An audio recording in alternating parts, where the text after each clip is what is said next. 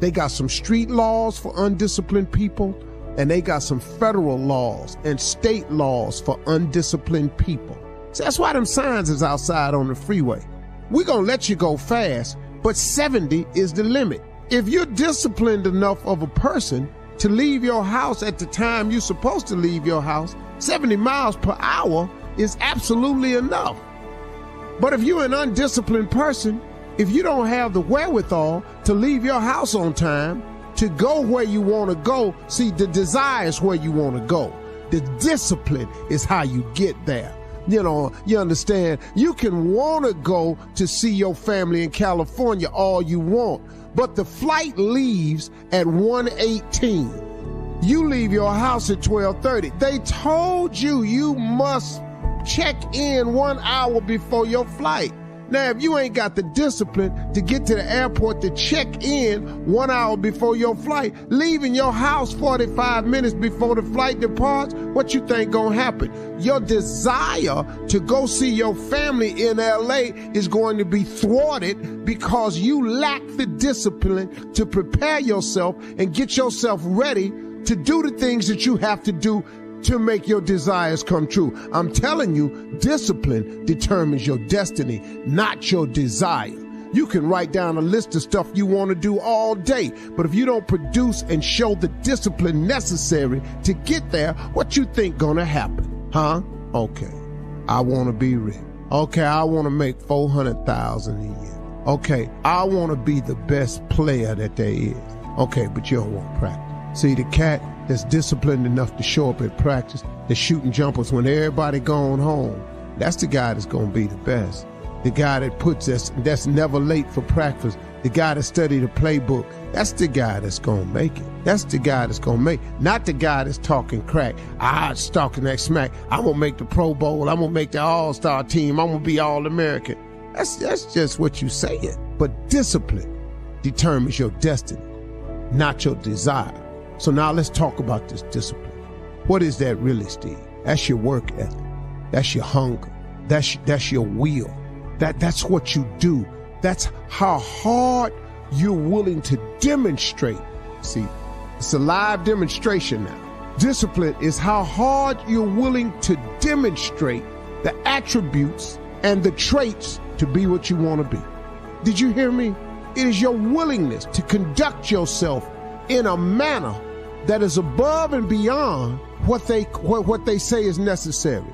When you have a massive goal, something that's big, you must first make it something that not reaching it is unacceptable. Me not living my dream was unacceptable for me. Now, when you get faced with a challenge like living in your car for 3 years, what happened was I had a dream that was so big, my dreams were bigger than all my problems. If your dreams aren't really big enough and your problems are bigger than your dreams, then your problems will be bigger than your dreams. But if your dreams are so big, I had no problem that I was not willing to endure to get to my dream. Now, the key, you said it though, was step by step. Remember this saying, inch by inch, anything's a cinch. Inch by inch. See, so you gotta set incremental goals along the way. On your way to, let's say you wanna be a millionaire, but let's say you only make $5,000 a year right now, but you want to be a millionaire. Then you have got to take whatever you did to make $5,000 and duplicate it so you can make 10. But when you make 10, that should be a minor celebration. Then when you make 20, that should be another minor celebration. Don't stay frustrated because you haven't reached the million, because it takes a long time to make $1 million. But let's just say you're making $250,000. There's another celebration you should have. So you have to enjoy the journey, because the journey is not going to change. If you wait until you reach your goal to celebrate, it's mentally debilitating. So you have to have monumental steps along the way and just make inch by inch anything's a cinch. Set very doable goals as you're trying to reach the impossible thing. Stress is necessary. So you got to be willing to go get it every day. There's a story my father told me all the time. Now, I've heard it several different ways, but I'm just telling you the way my daddy gave it to me.